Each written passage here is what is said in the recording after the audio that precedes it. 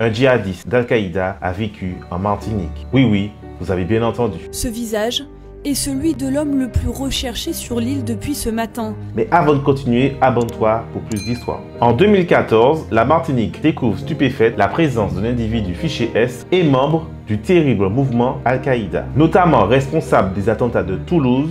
Un homme armé vient de semer la terreur à l'entrée de ce collège-lycée de confession juive avant de prendre la fuite. Ou encore de Charlie Hebdo.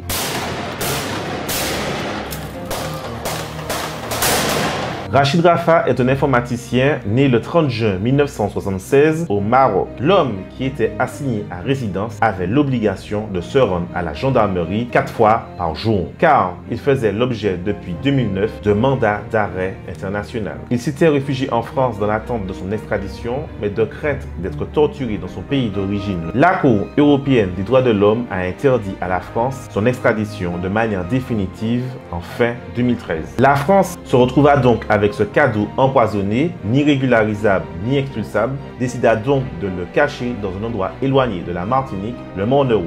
Ni jugé, ni condamné, il ne portait pas non plus de bracelet électronique. La tension monta de cran lorsque l'individu décida de s'échapper de l'hôtel dans lequel il résidait depuis plus de 2 ans. Un présumé djihadiste en résidence surveillée au Morne Rouge s'est enfui ces dernières heures.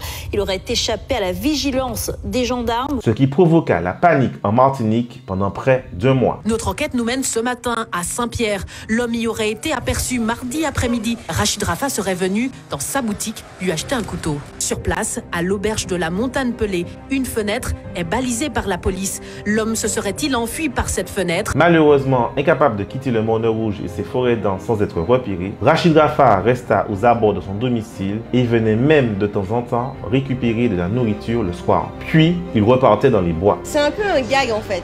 On le cherche un peu partout, en Martinique, même dans les autres îles, et en fait, il était tout près. Affaibli, il est arrêté sans grande résistance à proximité de l'auberge où il résidait. Rendez-vous compte.